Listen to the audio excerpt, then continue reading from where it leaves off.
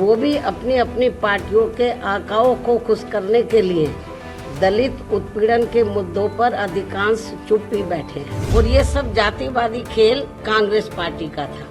और अब जब वहाँ इनका शोषण हो रहा है तो विपक्ष की ये मुख्य पार्टी इस पर चुप है। कांग्रेस पार्टी चुप है और अब वह केवल मुस्लिम वोट के लिए संभल चिल्ला रही है। दुख की बात यह है कि जिनकी बदौलत से संसद में दलित वर्ग के सांसद पहुंचे हैं, मेंबर पार्लियामेंट पहुंचे हैं, वो भी अपनी अपनी पार्टियों के आकाओं को खुश करने के लिए दलित उत्पीड़न के मुद्दों पर अधिकांश चुप ही बैठे हैं।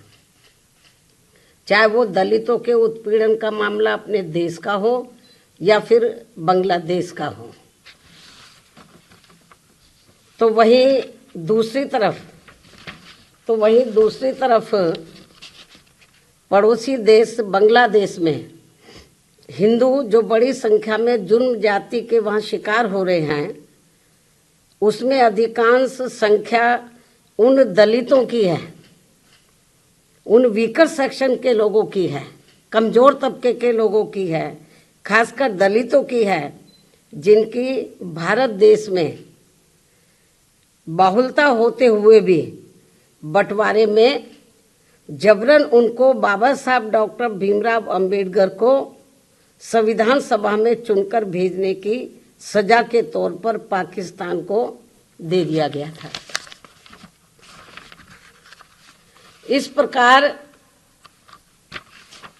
बाबा साहब डॉक्टर भीमराव अंबेडकर संविधान सभा में बंगाल के जिस जैसोर खुलना क्षेत्र से चुनकर आए, तो उसे हिंदू बाहुल्य क्षेत्र होने के बावजूद भी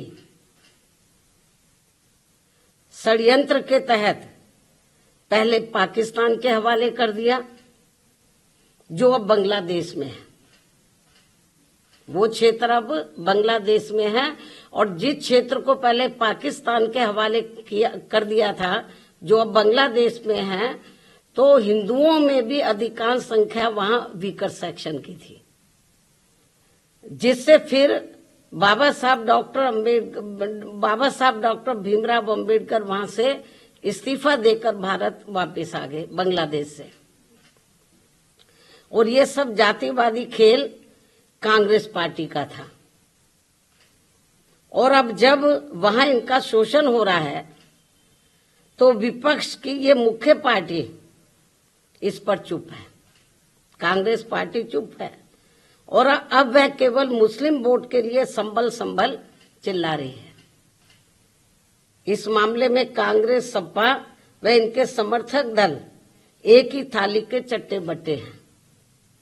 ऐसे में बीजेपी व उनके नेतृत्व में चल रही केंद्र की सरकार अपनी जिम्मेवारी को आगे बढ़ चढ़कर निभाए, ताकि शोषण का शिकार हो रहे दलित वर्ग के लोगों का वहां और